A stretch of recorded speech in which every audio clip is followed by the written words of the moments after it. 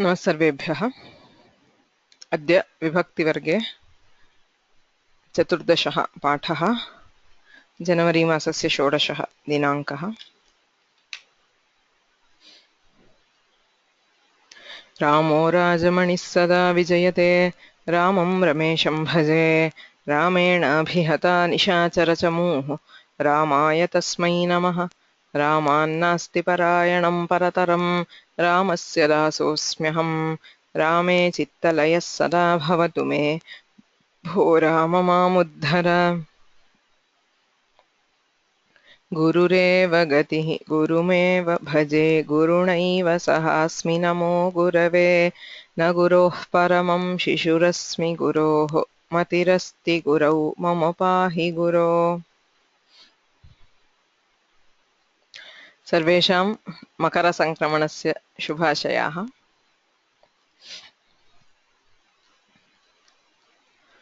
वयमिदानीं चतुर्थी विभक्तेः अध्ययने स्मः। तत्र प्रधानतया सम्प्रदानवाचकात् चतुर्थी विभक्तिः भवति। सम्प्रदानं नाम किम् इत्यत्र प्रथमं यद् लक्षणं तद् दृष्टं। दानक्रियायाः विषये कस्मै ददाति इति प्रश्नस्य उत्तरं। दानं ददाति, तत्र किञ्चित् वस्तु भवति, कर्म, पुस्तकं ददाति, फलं ददाति इत्यादि। तस्य कर्मणः उद्देश्यं, to whom the object is intended, the intended recipient of the object of giving is called sampradana. सम्प्रदानवाचकात् चतुर्थी विभक्तिः भवति। यथा बालः मित्राय पुस्तकं ददाति, तत्र बालः कर्ता, पुस्तकं कर्म, मित्रं सम्प्रदानं, he is the recipient of the book, अतः मित्रं सम्प्रदानं, तस्मात् चतुर्थी विभक्तिः दृश्यते। छात्रा अग्रजायै लेखनीं ददाति, अत्र अग्रजा सम्प्रदानं। So in case of sampradana we have Chaturthi Vibhakti, and we practiced the rupas of Chaturthi Vibhakti. Balaya balabhyam balebhyah iti pullinge rupani, balikayai balikabhyam balikabhyah iti strilinge, mitraya mitrabhyam mitrebhyah iti napumsakalinge रूपाणि भवन्ति। अद्य अग्रे सरामः। सर्वनाम्नां चतुर्थी विभक्ति रूपाणि पश्यामः। सः इत्यस्य तस्मै, ताभ्यां, तेभ्यः। सा इति स्त्रीलिङ्गशब्दस्य तस्यै, ताभ्यां, ताभ्यः। पुल्लिङ्गे तेभ्यः, स्त्रीलिङ्गे ताभ्यः। एवं पुल्लिङ्गे तस्मै, स्त्रीलिङ्गे तस्यै। पुनः नपुंसके पुल्लिङ्गवद्रूपाणि तस्मै, ताभ्यां, तेभ्यः। एतद् शब्दस्य एतस्मै, एताभ्यां, एतेभ्यः। एतस्यै, एताभ्यां, एताभ्यः। एतस्मै, एताभ्यां, एतेभ्यः. There is a typing error here. So the napumsakalinga form is the same as the pullinga form in both tat and etat. Just one moment.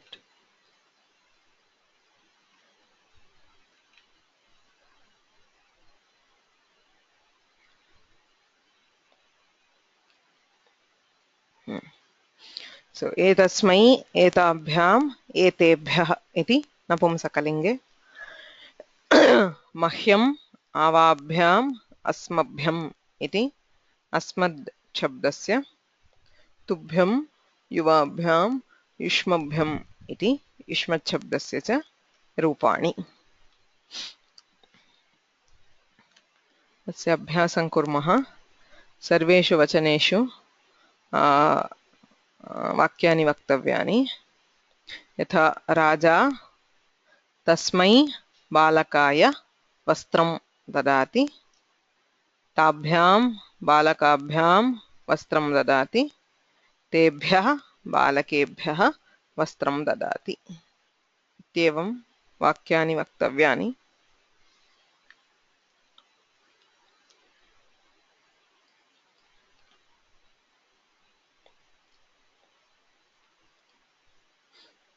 वरदराजन् महोदय ओके राजा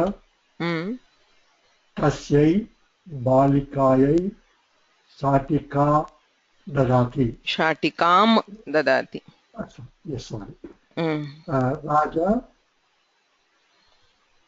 ताभ्यां बालिकाभ्यां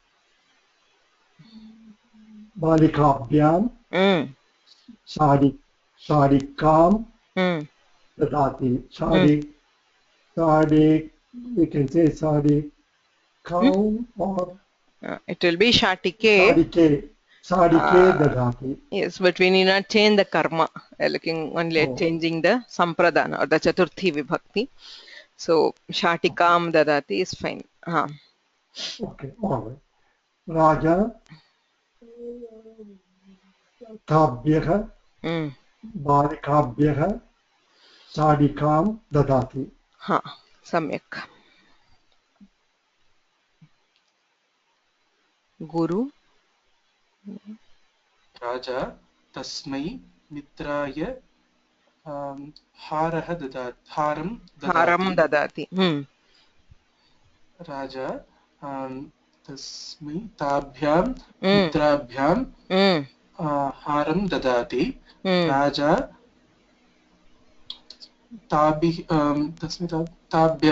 तेभ्यः राजा तेभ्यः मित्रेभ्यः हारं ददाति सम्यक्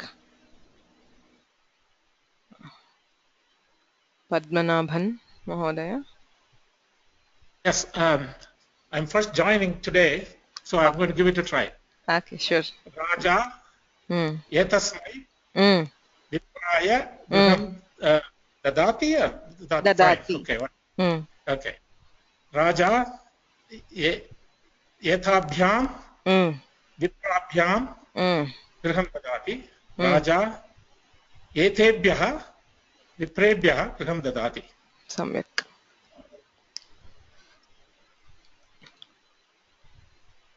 Vaidyanathan. राजा एतस्यै कर्मकर्यै नाणकानि ददाति राजा एताभ्यां कर्मकरीभ्यां नाणकानि ददाति राजा एताभ्यः कर्मकरीभ्यः नाणकानि ददाति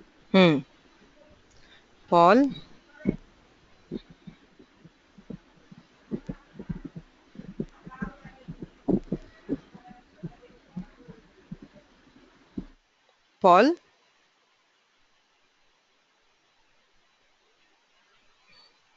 no, I am not able to hear you. Yeah, okay. So yeah, I didn't hear the last one. That cut out. So let's see if I can do this because so we're on Ashvaha, right? Okay. Yes, etat kutumbam, right?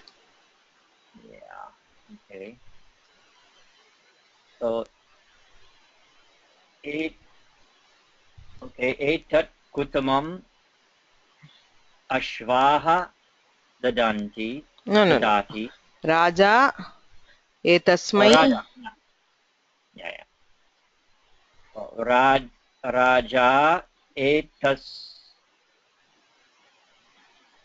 Raja etasmai kutumbaya. This is tough now because I missed last week. So okay, kutumbaya ashvaha Ashwan. Yeah, that's right. Ashwan. And then it's etebhyaha kutumbyaha raja etebhyaha kutumbyaha Kutumbebhyaha ashvaha Ashwan dadati. Ashwan dadati. Right. Okay. And then Raja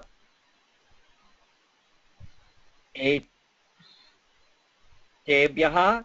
Etabhyam. You did the bahuvachana, so we missed the dvivachanam. Oh, that's Etabhyam. yeah. I'm thinking I did the three. Okay. But okay.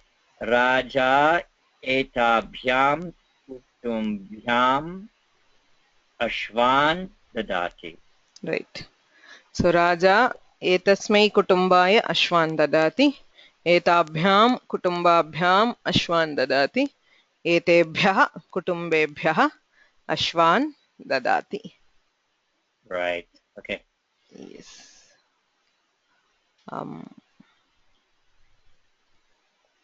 Venkateshwaran. Raja Raja Mahyam Sajjanaha Sajjanabhyam Sajjanaya. Padavi Sajjanaya Sajjanaya Padavi Dadati Padavim dadati. Padavim Dadati Raja Bhavabhyam Sajjanaya Sajjanabhyam. Sajjanabhyam Padavim Dadati Raja Asmabhyam Asmabhyam. Asmabhyam Sajjanebhyah Padavim Dadati. Samyak. So asmabhyam sajjanebhyah. So eteshu vakyeshu sajjana is a visheshana to aham. Okay. Sajjanaya mahyam, to me who is a good man. Ityartha. Sajjanaya mahyam padavim dadati. Sajjanabhyam avabhyam padavim dadati. Sajjanebhyah asmabhyam padavim dadati.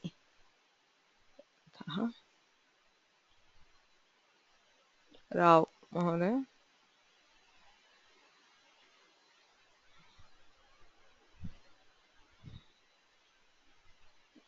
न श्रूयते. राव महोदय.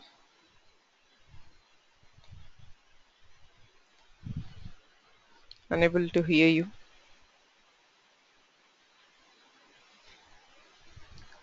Harish महोदय.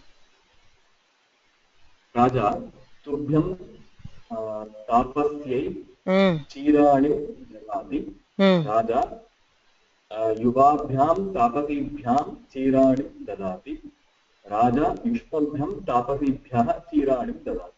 सम्यक्. So tubhyam yuvabhyam yushmabhyam. Chiram is the bark garment which ascetics wear. So chirani. The other word should be clear. Evam dana kriyayam da karmanaha uddeshyam. So the intended recipient of the karma gets sampradana. Okay. So now we will see another case of sampradana. Balakaya modakam rochate. Maharajaya sangeetam rochate. Mahyam samskritam rochate. So what is the meaning of these sentences? Balakaya modakam rochate.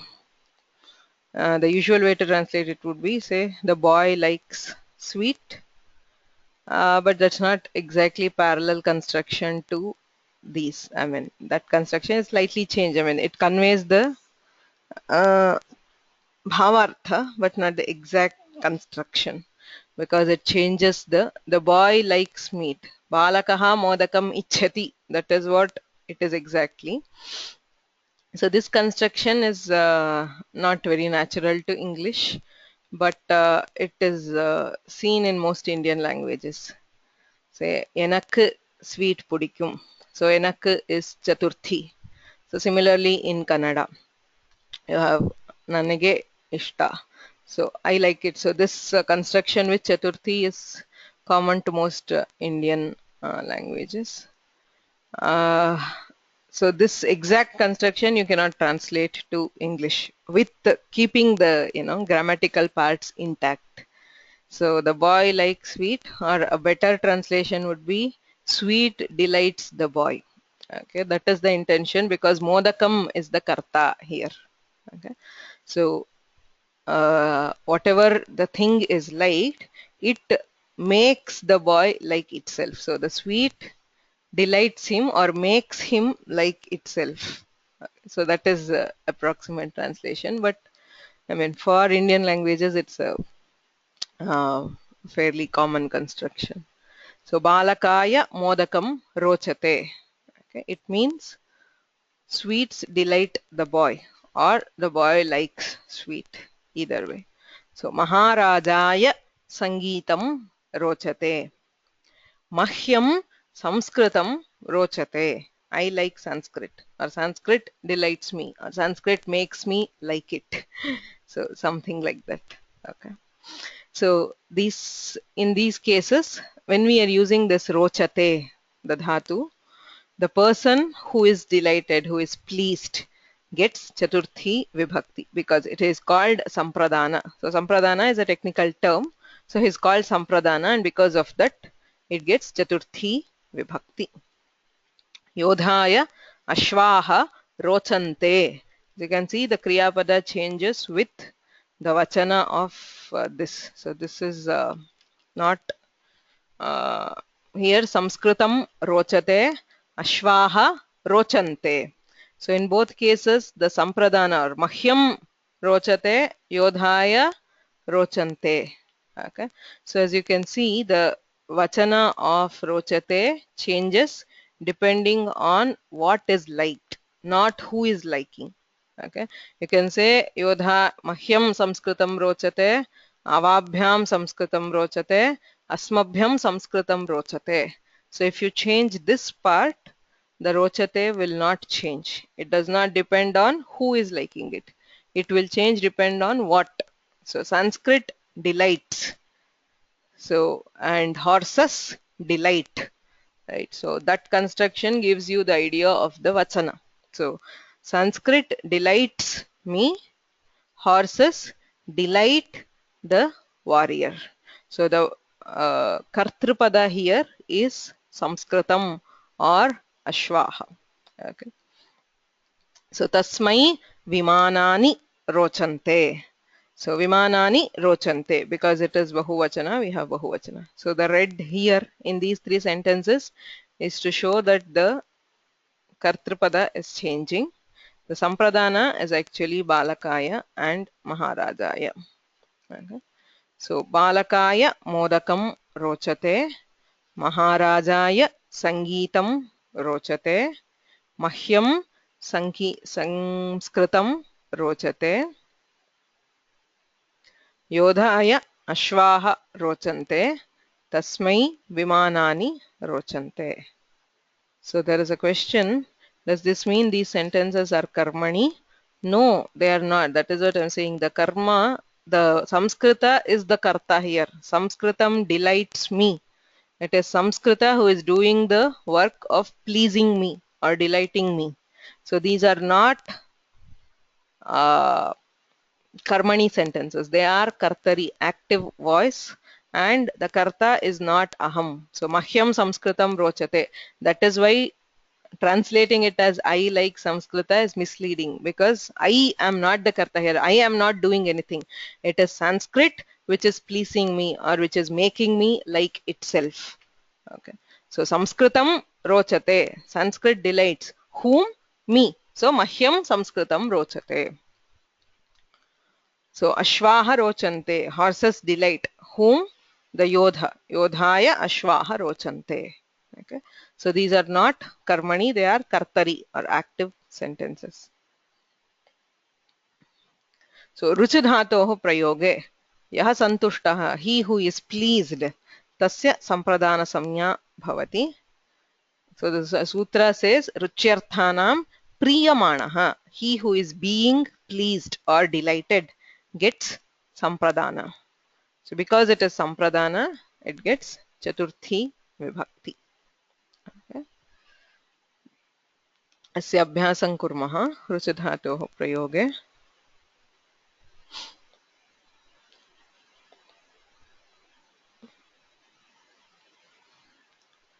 Meenakshi. बालकाय फलं रोचते बालिकायाः बालिकायै पुष्पं रोचते मित्राय पुस्तकानि रोचन्ते मित्राय पुस्तकानि रोचन्ते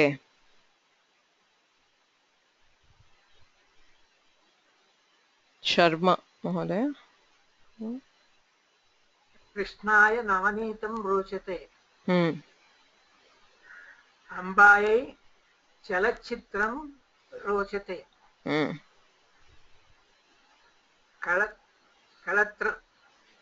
कलत्राय शाटिकाः रोचन्ते सम्यक् so yes so krishnaya navanitam rochate ambayai chalachitram rochate chalachitram cinema or movie kalatram is a special word. It means wife. It is an apumsakalinga word, but it means wife. Shatikaha rochante. Malakondaya. सुप्रभातं महोदय सुप्रभातम्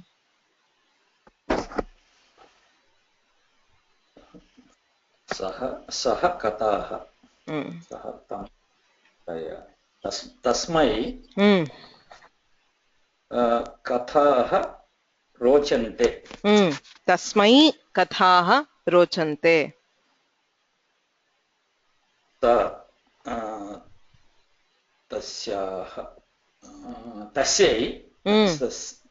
तस्यै नाटकानि रोचन्ते तस्यै नाटकानि रोचन्ते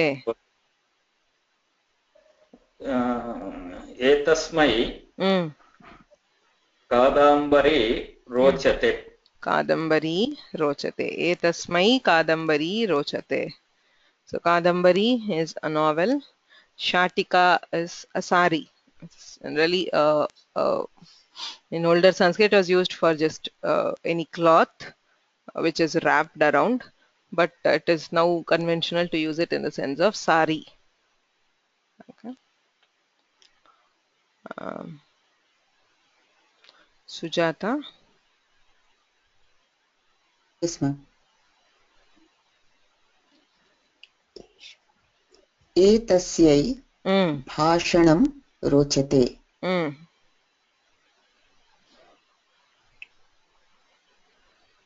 मह्यं व्याकरणं रोचते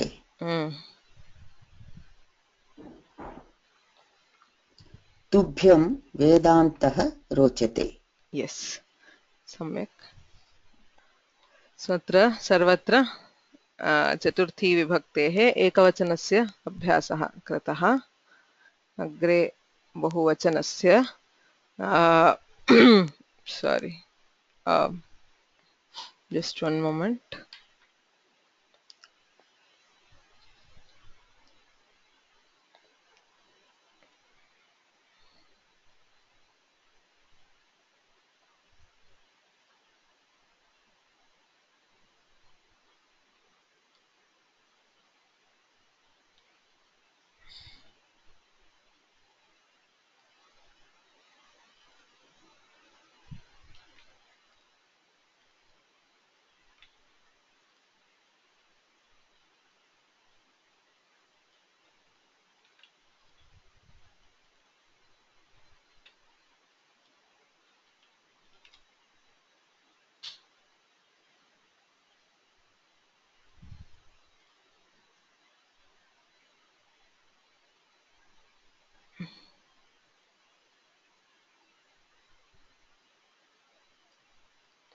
so अत्र कश्चन प्रश्नः अस्ति Kadambari is madakadravah yes kadambari is also used in the sense of wine or a drink but it is also conventional to use it in the sense of the text based on the kadambari which is the big text of Kadambari is originally the text of Banabhatta, the very long Gadya Grantha. So it has now become conventional to use it in the sense of the longer novels. Okay. So there is also a Shlesha, famous Vakya which uses the Shlesha between these.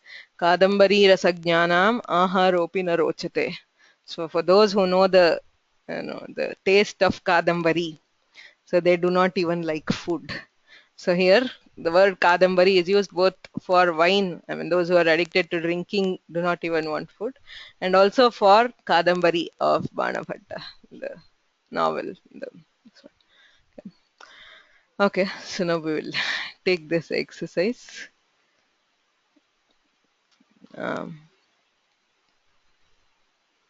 Bahuvachana of the Sampradana, to whom it is liked.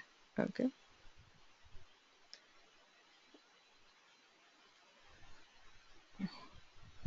So there is a question. Yes, Venkateshwaran Mahodaya. Prashna Hastya. Yeah, madam, in the previous slide, Ahyam Sanskritam Rochate. Sanskritam is the and it is indicated in red. In the line previous to that, the yes, Sampradana is indicated. Vibhakti indicated in the red. What is the difference, madam? No, that is what here I should have used a different color. So here I was just trying to show that the Kriya Pada changes with the Kartrapada and not with the Sampradana. So that is why I should have used a different color. Sorry for confusing. So here the Sampradana is of course Mahyam and Yodhaya. The Kriya Pada changes with Sanskritam and Ashvaha. Okay. So I'll change that color when I upload this one. Yes. One more question, madam. In the 10th, that is 11th and the 12th class, Sanskrit from home in that site, the exercises as well as the PPT, that is PowerPoint lecture notes are not uploaded, madam. Only lecture video is there. No, that's uploaded, right? I did upload it. Only the last class I have not uploaded yet. The 13th class, I mean, there were some problems with uploading, so I could not. But the older classes, I have uploaded all, I mean, audio and. Up to 11th it is all right, but then 12th and 13th. 13th is not uploaded, but 12th is. Just check because I uploaded it just before last class, I think last Friday. This one I could not upload this week because of some problems.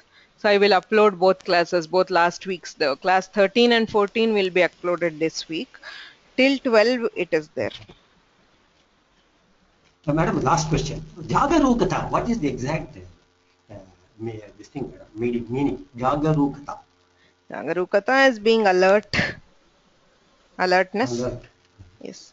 Jagr nidrakshaye is the root means not to sleep, to be awake.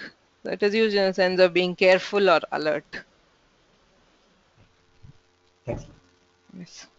Okay. So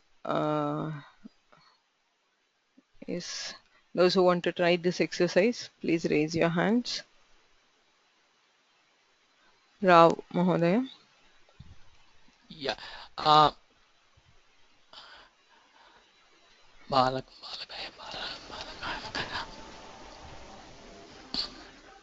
बालकेभ्यः फलानि रोचते. Phalam rochate or phalani rochante. Yeah, phalani. Oh, sorry, phalani rochante. Gopyaः. Bahuvachanam Chaturthi. Gopi, gopyai. Gopyah. Gopibhyah. Gopibhyah. Krishnaya. Gopibhyah. Krishnaha. Oh, yeah.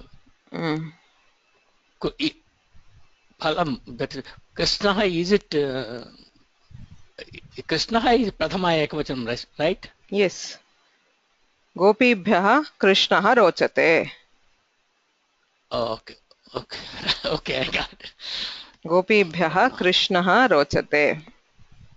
Okay. Okay. देवाय बहुवचनं देवेभ्यः यज्ञः रोचते. देवेभ्यः correct यज्ञं no यज्ञः प्रथम. yes it's a prathama. यज्ञः रोचते तस्मै देवेभ्यः.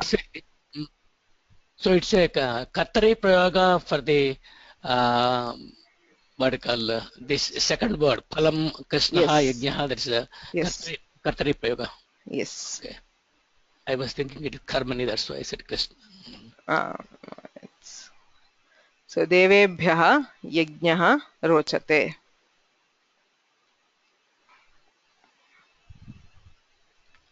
गीता रामचंद्र.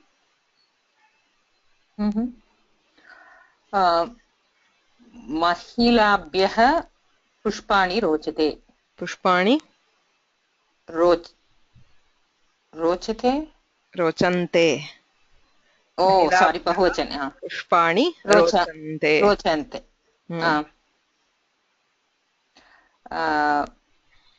वानरेभ्यः कदलीफलानि रोचन्ते. वानरेभ्यः कदलीफलानि रोचन्ते. मित्रेभ्यः सम्भाषणं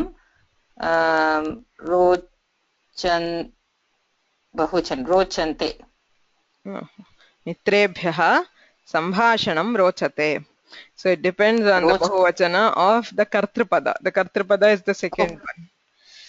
Okay. पुष्पाणि रोचन्ते फलानि रोचन्ते सम्भाषणं रोचते. मित्रेभ्यः सम्भाषणं रोचते. Yeah. Sorry. Oh, sorry, I cut you off. Please. Hello. Sorry, you were saying something. Geeta. Yeah, I missed a good part of the class earlier today as well as last week. So I'm sorry, I made that mistake. No issue at all. So no problems. So Mohanan Venkatachalam. Good morning, ma'am. I can today I could join. Okay.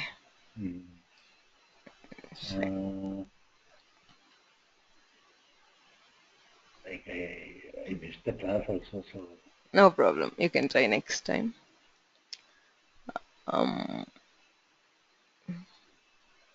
Ramanujan. तेभ्यः घृतं रोचते. तेभ्यः घृतं रोचते. एताभ्यः नृत्यं रोचते.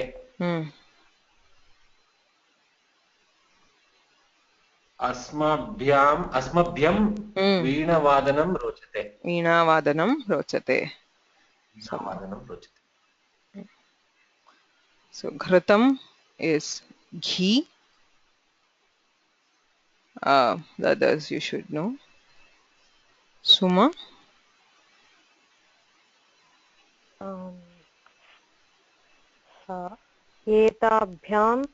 एताभ्यः भगवन्नाम रोचते. एताभ्यः भगवन्नाम रोचते. तुभ्यं किं रोचते. तुभ्यं किं रोचते. What do you like? एतेभ्यः फलानि रोचन्ते. एतेभ्यः फलानि रोचन्ते. So ताभ्यः भगवन्नाम रोचते. युष्मभ्यं किं रोचते. त्वं बहुवचन is युष्मभ्यं किं रोचते. एतेभ्यः फलानि रोचन्ते. Right. So next, you can also use it in the negative as in na rochate or na rochante. So similar constructions. So does not like or does not delight ityarthe. Na rochate ityasya api prayogah kartum shakyah.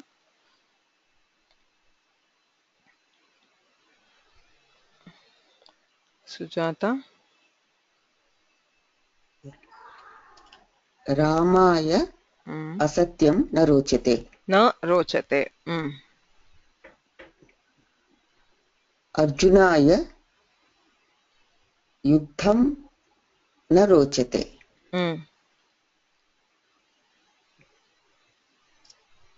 गिरिजायै Ganga न रोचते. गिरिजायै गंगा न रोचते. पद्मनाभन महोदय. देवेभ्यः असुराः न रोचन्ते. देवेभ्यः असुराः न रोचन्ते. असुरेभ्यः सत्कार्याणि न रोचन्ते. नारायणाय भक्ति न रोचते. Sorry, wrong example. So I must have been thinking something else. Yeah. Okay. Thank you. So just take those by the words and not by the meaning. That word. Miss Guru.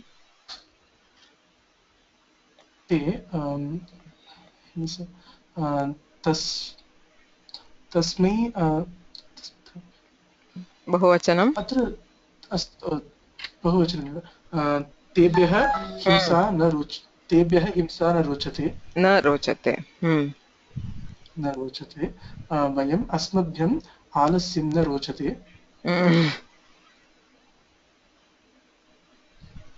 सा ताभ्याः प्रेतकथाः न रोचते.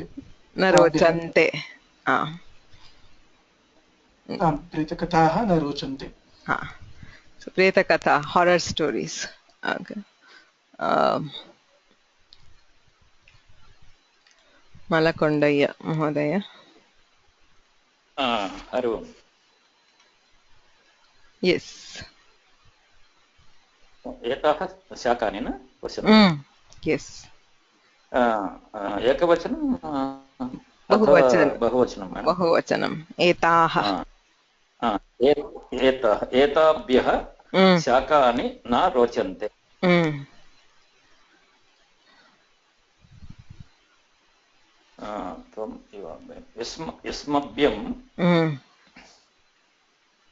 युष्मभ्यम् एते न रोचन्ते.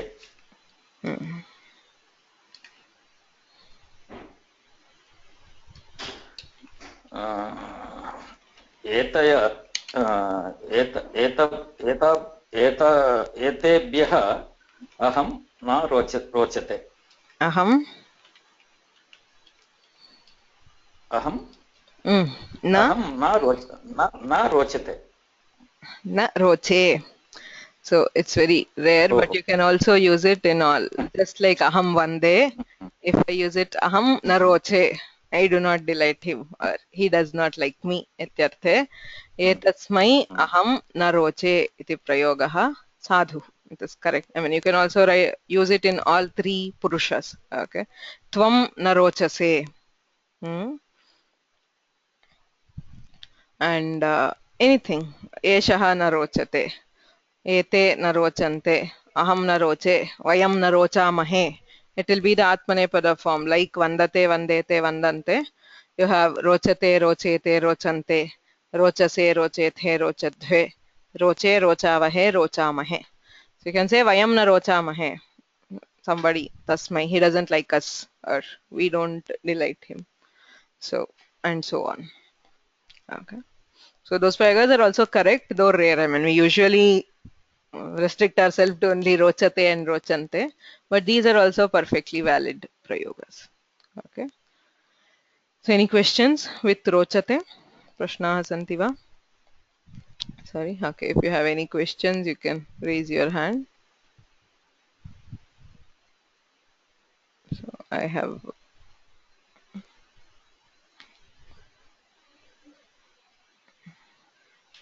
any questions with the usage of rochate? Yes, Varadarajan Mahodaya, Prashna अस्ति वा? No, thank you. Okay, so we'll go on to another context where we have this Sampradana. So first instance is the recipient of giving, right? So yatra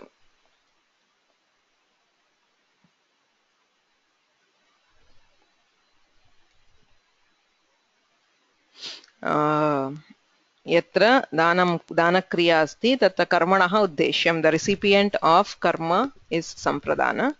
Second, when we use the dhatu ruch, the dhatu is ruch.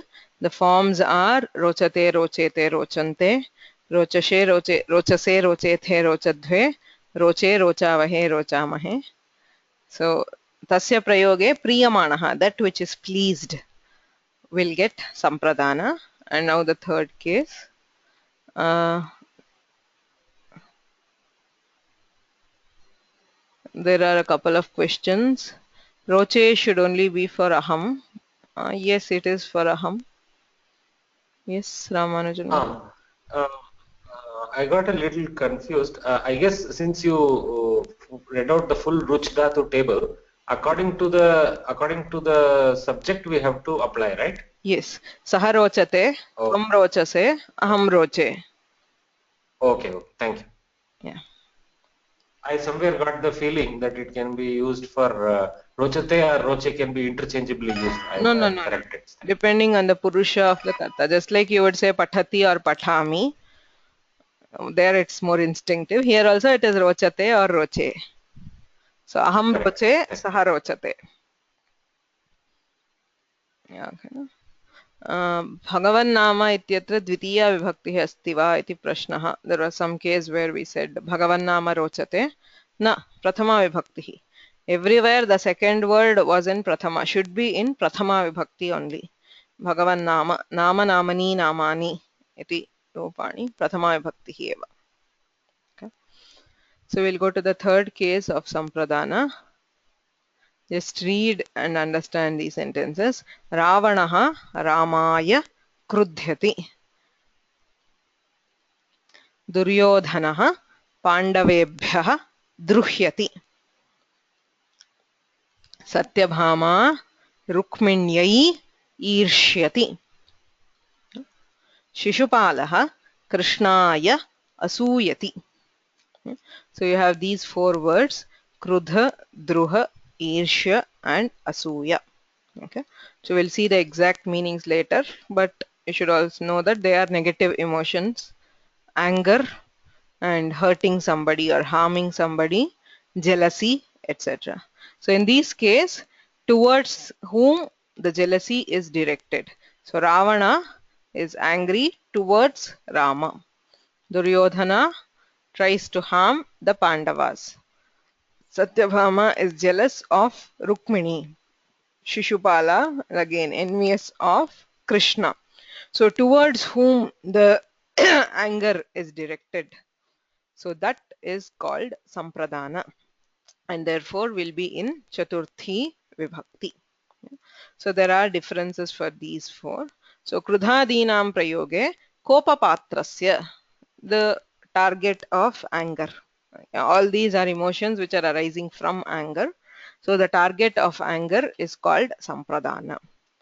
So Krodhaha, Amarshaha, Kopaha. Krodha is anger. Okay, deep anger, not just you get angry. Sometimes you just get annoyed and it goes away. It's not that. Krodha is a rooted anger towards somebody. Drohaha, Apakaraha.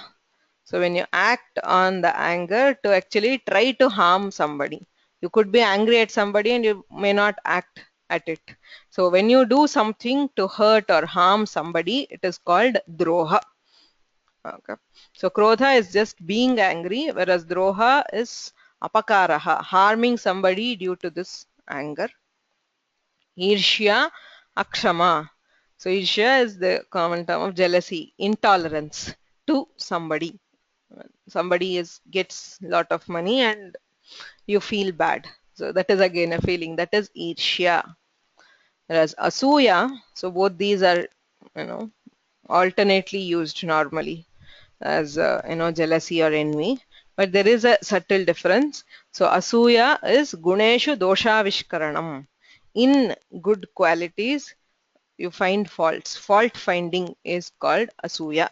So because of the intolerance, so again, you are intolerant, you don't like somebody, so you try to project their good qualities as faults. Say somebody speaks very well, so you are jealous of their oratory, so you go on saying that, oh, he always speaks, or he's a chatterbox, or whatever. So the good quality, the guna of, the oratory, the skill of oratory is converted into something like saying he is a chatterbox. So guneshu doshavishkaranam.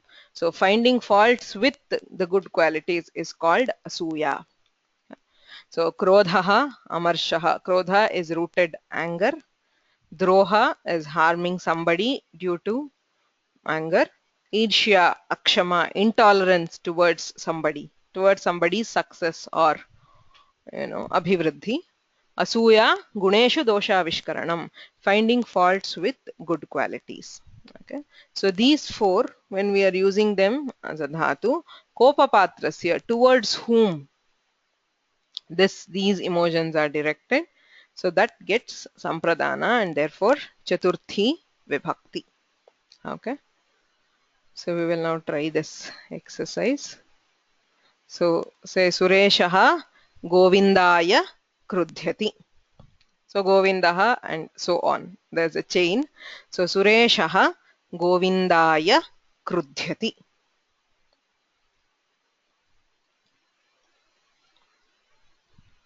So those who want to try can raise your hands. Vaidyanathan Mahodaya.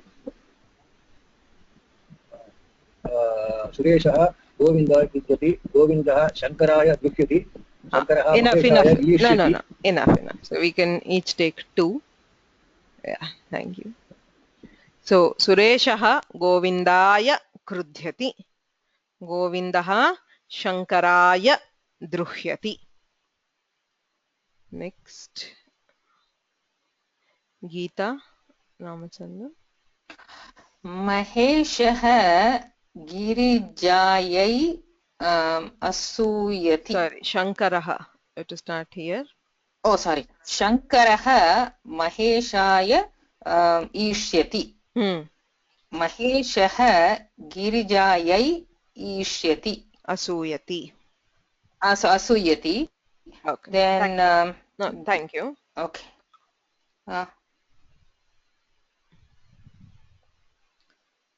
Meenakshi. Girija Madhavyai ईर्ष्यति. Madhavi Mohanaya Krudhyati. Samyak.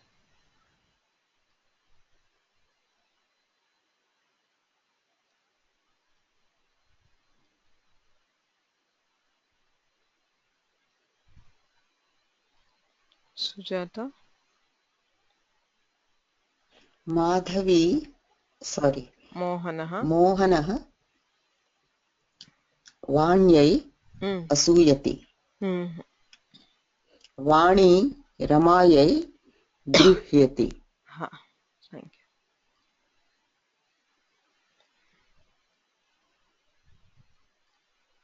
Harish. कुत्र आरम्भं करोमि? रमा रमेशाय क्रुध्यति अत्र वा? आम्. रमेशः गङ्गायै असूयति. अस्तु, धन्यवादाः. रमा रमेशाय क्रुध्यति. रमेशः गङ्गायै असूयति. राव महोदय. गंगा गायत्र्यै दृश्यति. Gayatri आनन्दाय ईर्ष्यति. etesham chaturunam prayoge. So you have krudha, druha, irshya, asuya. So towards whom the anger is directed is called Sampradana and will get Chaturthi Vibhakti. Okay. So we have seen 3 instances of Sampradana. The first is the recipient of giving. The second is the person who is delighted in case of the usage of ruch dhatu, rochate. And the third is when we are using krudha, druha, irshya, asuya, the person towards whom the anger is directed. So all these are called Sampradana. So because of Sampradana, they are all used in Chaturthi Vibhakti. Okay.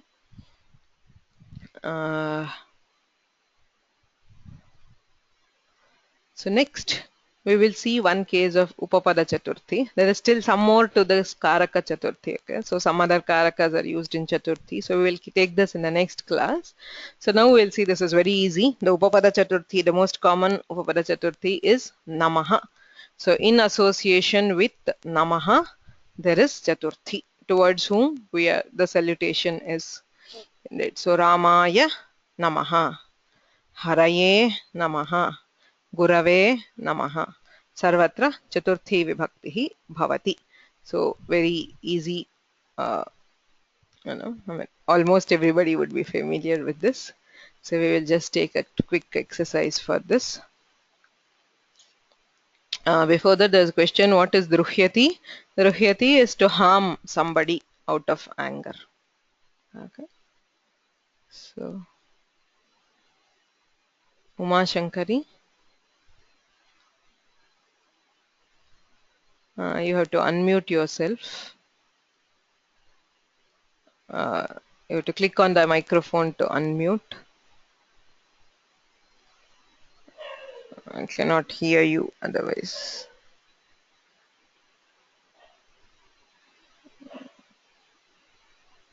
Okay.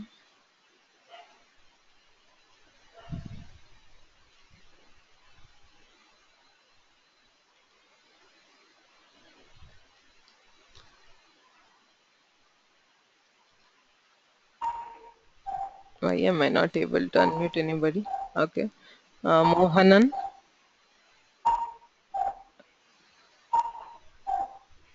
Hello.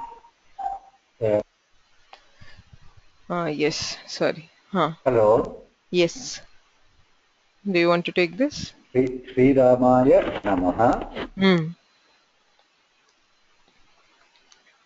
Next one. Ramabhadraya Namaha. Ramachandraya Namaha. So Ramaya, Ramabhadraya, Ramachandraya, Vedhase. Vedhase is also again Chaturthi. Okay. So next, Rama Gururajan.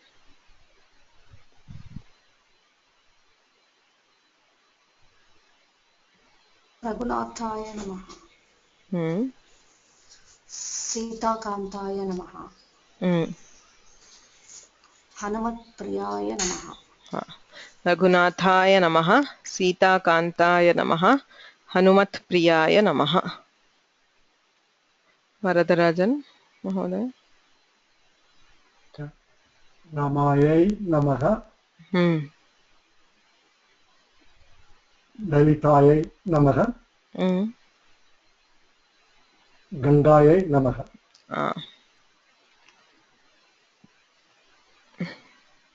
Paul.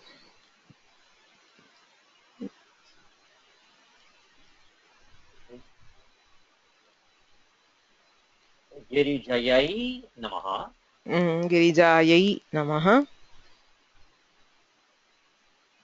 Durgayai Namaha. Durgayai. Sitayai Namaha. Sitayai. You just have to.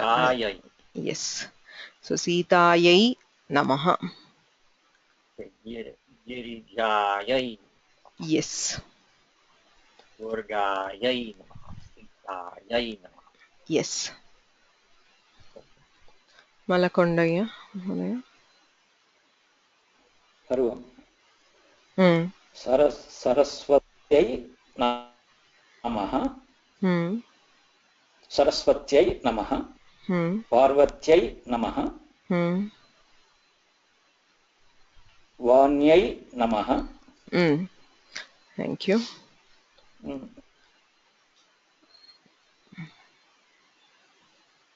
Sujata. लक्ष्म्यै नमः गौर्यै नमः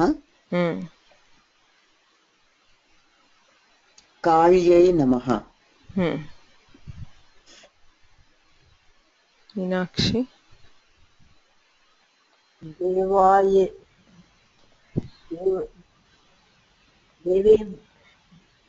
देवेभ्यः नमः. देवेभ्यः नमः.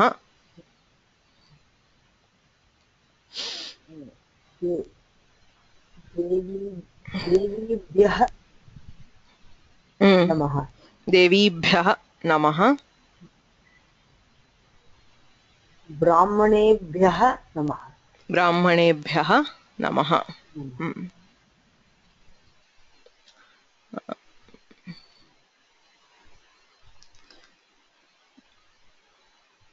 Ramanujan.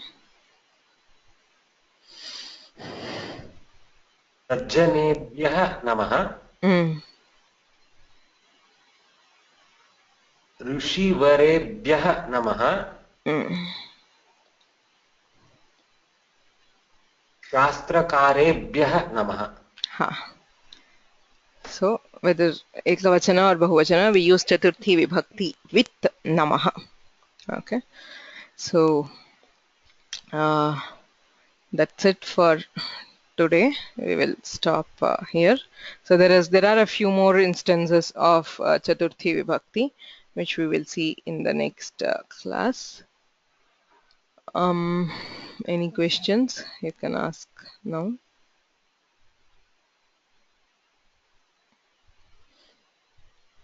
Yes, Malakondayam. Hari Om. One old question, madam. How many letters are there in Sanskrit? That is the old question. New question is, in the audio old classes, I am unable to hear in full. Only some portion I am hearing. Again, the same portion is repeating. I think you could try downloading them rather than playing them in the players. In some systems it does not play for full. So I think if you just right click and download and save it. iPad. Okay, I don't know, because I mean some people it's not consistent, so we have told our technical team, but they are not able to solve it. Can you just try downloading it to your system and playing it? It might help. So usually if you just save it to your system and play it, it usually works. So just try it out and let me know. If not possible, let's see what can be done. Okay. Regarding first question, madam. That I'll take it. Just I'll address the other question and I'll come back to it today. Yes. Yes, Sujata. Yes, you have a question? Yes, ma'am. Kali is written, but sometimes we hear Kali pronounced as Kali.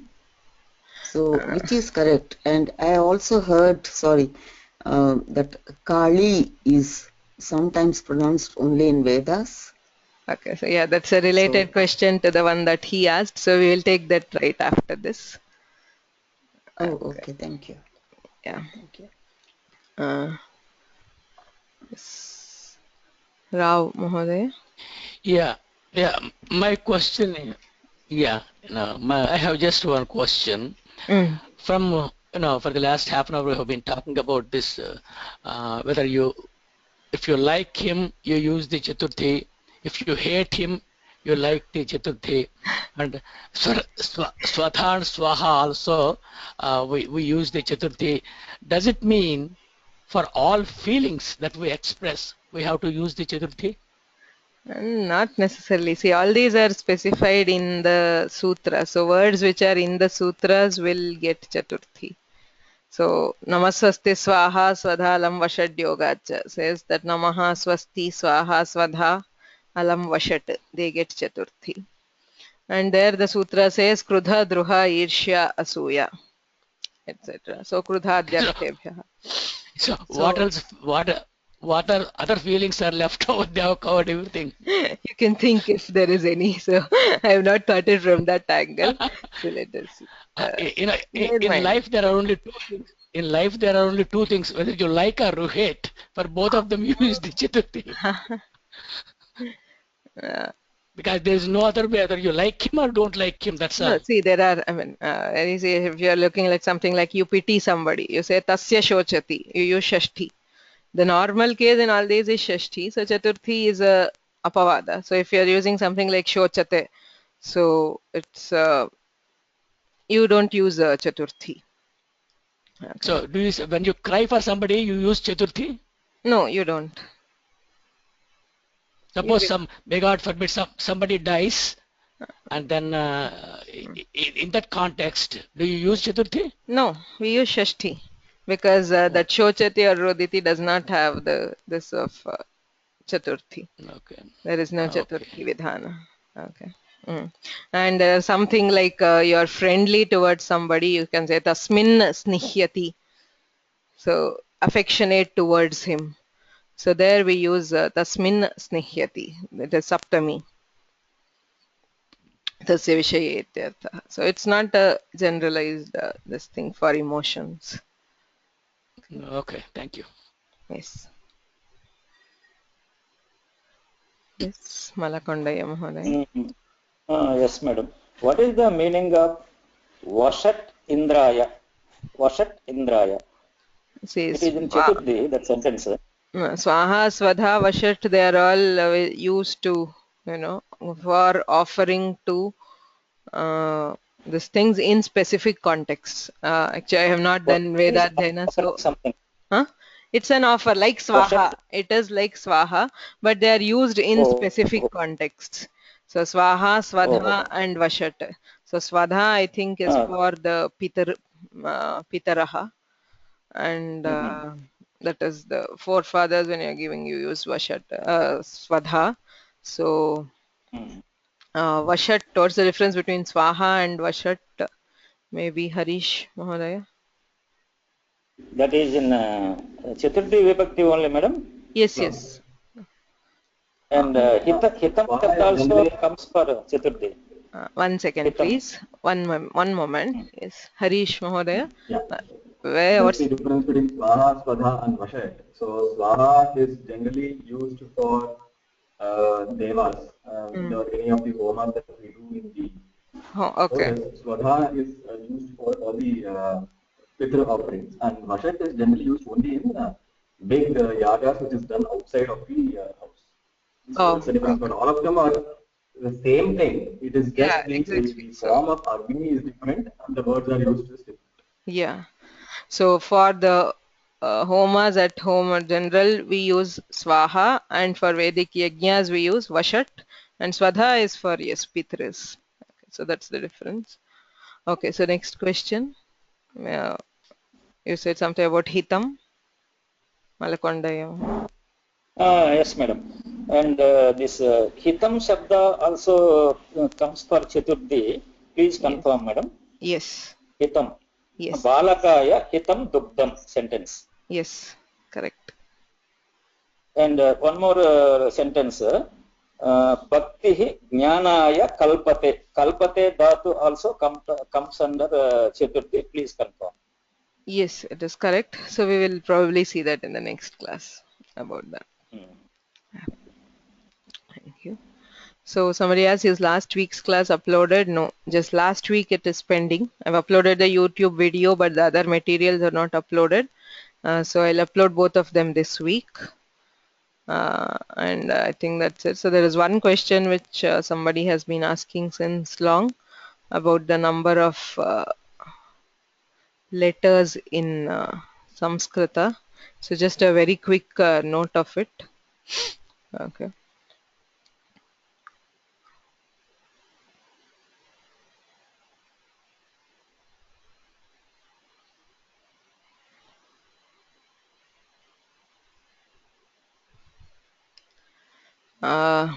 So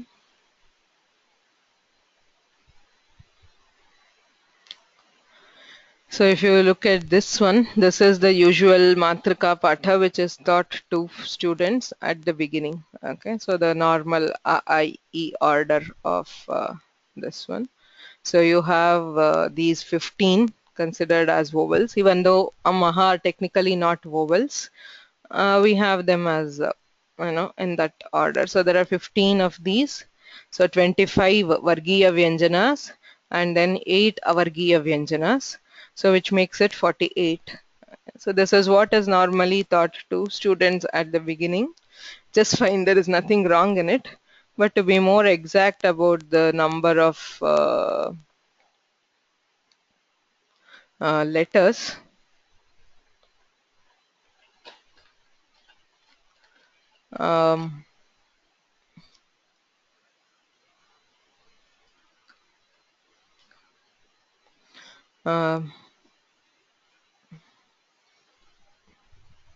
so you can see here there's a chart which tells, so Varnaha, there is a Shiksha which says Trishashtihi Chatushashtirva Varnaha Shambhumate Mataha.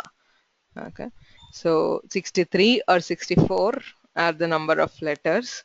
So this is how they are split. So Swaraha, Ayogavahaha, Vyanjanani, Yamaha. There are 4 kinds. So Swaras or vowels. So you have the Hrasva Swaras are 5. A, I, U, R, L. And Dirgha Swaras are 8. A, I, U, R, E, I, O, Au. And there are Pluta Swaras 9.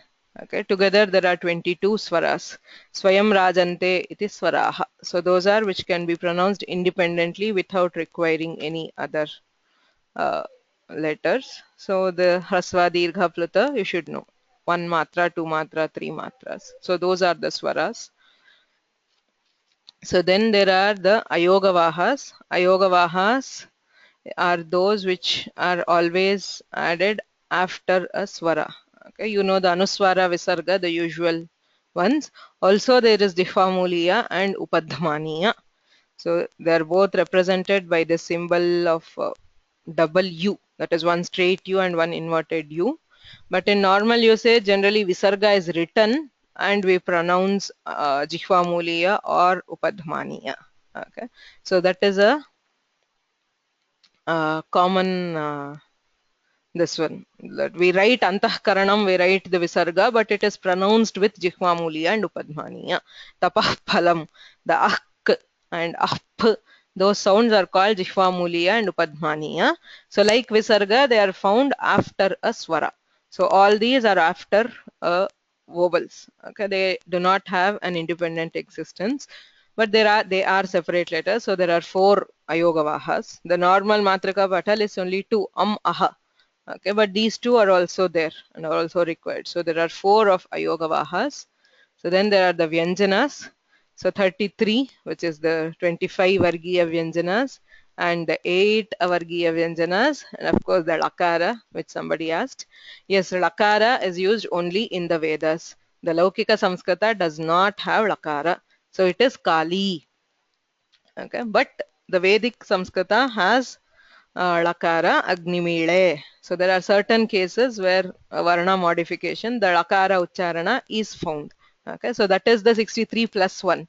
So if we are considering the Lakara, it is 64. If we are not considering the Lakara, it is 63. That is the Trishashtihi Chatushashtihi Va. Okay, so either way 63 or 64 letters because of this Lakara being considered or not. Okay, and the last one Yamas, which are normally not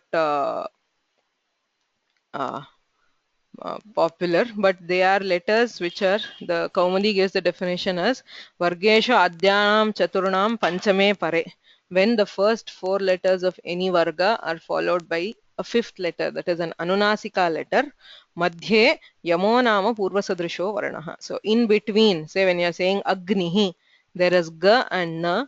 So in between there is a sound, an intermediate sound, which is Anunasika, which is sort of mixture of both. It has Anunasika properties and it also has the properties of the Gakara, the first letter. Okay, so it's a strange letter. You cannot perceive it separately, but it is still there. In normal language, we do not consider it because it's not very precise. It is there. I mean, this letter does not exist only in the Vedas. It exists even when we are speaking normally. I mean, whenever you say Agnihi, you cannot say it without that intermediate letter, which is very faint or imperceptible. But since the Vedas, the Pratishakyas are very precise about defining each letter. Okay, so there are cases where each letter should be very clearly defined in the Vedas. So that is why the Pratishakyas list the yamas, and we don't list them in normal language, but it is present everywhere. Okay, whenever we pronounce any Vargiya Vyanjana, the first four letters of a Varga followed immediately by a fifth letter. As you can see, a Sikni is written with the two kakaras. So the one in middle is not a complete kakara. It is an anunasika, and it has the properties of both the previous and the following letters. So that is the yama. Okay, so it is there for the first letter, second letter, third, and fourth. Okay, so it has varying characters. So those are called yamas. So they are 4 in number. So together, the number of letters is either 63 or 64. Okay. So now there is a question. When I pray to Kali, what is the right way? It is Kali, the Lakara, the Dantya, Kalyai Namaha. There is no Li in Samskrita. Okay, when we are talking about normal language. Okay. There is one more question. What about the Sandhi? Yes, you mean the Avagraha? The Avagraha Chinha is just a symbol. There is no letter there. Okay, when you are saying, say, Ramopi, the letters there are only R, A, M, O, P, I. Okay, there is nothing in between O and Pakara. Okay, the symbol is just used sometimes to indicate that there was an Akara or an Akara. It is only used in written practice, and that too only in recent times. So it is not a letter. Varna is one which has a, you can hear it. Okay, audible, this one. So those which are not audible are called varnas.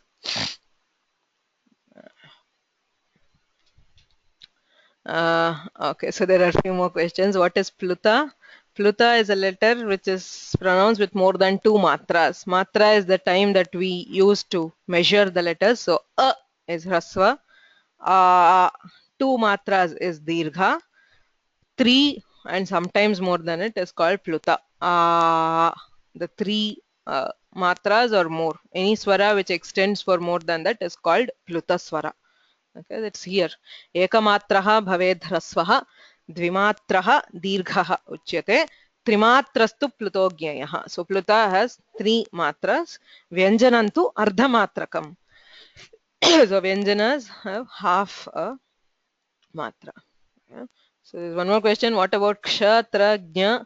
They are all not individual letters. They are all sanyuktaksharas. So kakara plus shakara is ksha. Takara plus repha is tra. Jakara plus nyakara is jna. So there are hundreds of sanyukta aksharas. So normally the Hindi alphabet and even some of the regional like the Kannada alphabets, they list the kshatrajna in with the alphabets, and they are the commonly used sanyukta aksharas, but by no standard will they make the category of letters because they are letter combinations and not individual letters. So please read examples of all the yamas. So asikni, chakhnatuhu, agnihi, ghnanti. The 4 yamas. There's a last question. Yes, Malakondaya. Yes, madam. In studying a degree in Sanskrit, Sahichyam is better or Vyakaranam is better, madam? There's no question of being better. It is what you want to do. I mean, what you want to learn, or anybody who the student wants. I mean, there's nothing better at all. It's totally different. Vyakarana is for those who want to study Vyakarana itself as a Shastra. Sahitya is as a general Sahitya Shastra or the general. If you given this option, what you will select, madam? See, that's not a question to be asked at all. I mean, I have already selected Vyakarana and I have studied Vyakarana, but that's a purely personal choice. It's not like this one. Vyakarana and other co-students are there in Sahityam. How you feel, madam? Sorry, I didn't understand, and I'm very sorry. I mean, we are getting late for the next class because it starts at 7:30. So maybe we can have this offline. I'll give you my number so you can call me. Yeah, okay.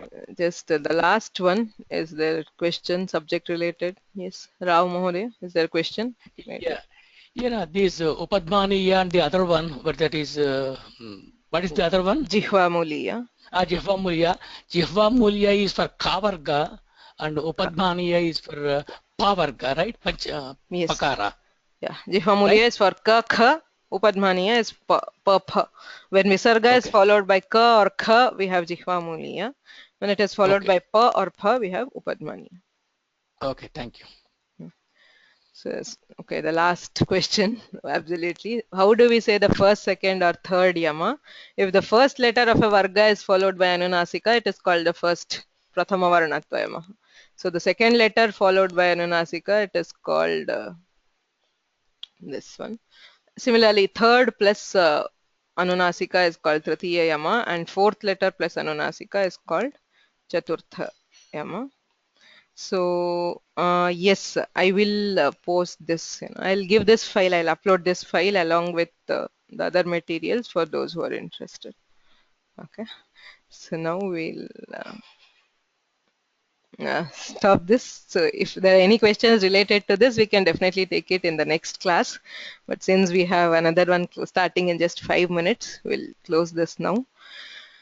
रामो राजमणिः सदा विजयते रामं रमेशं भजे रामेणाभिहता निशाचरचमूः रामाय तस्मै नमः रामान्नास्ति परायणं परतरं रामस्य दासोऽस्म्यहं रामे चित्तलयः सदा भवतु मे भो राम मामुद्धर गुरुरेव गतिः गुरुमेव भजे गुरुणैव सहास्मि नमो गुरवे न गुरोः परमं शिशुरस्मि गुरोः मतिरस्ति गुरौ मम पाहि गुरो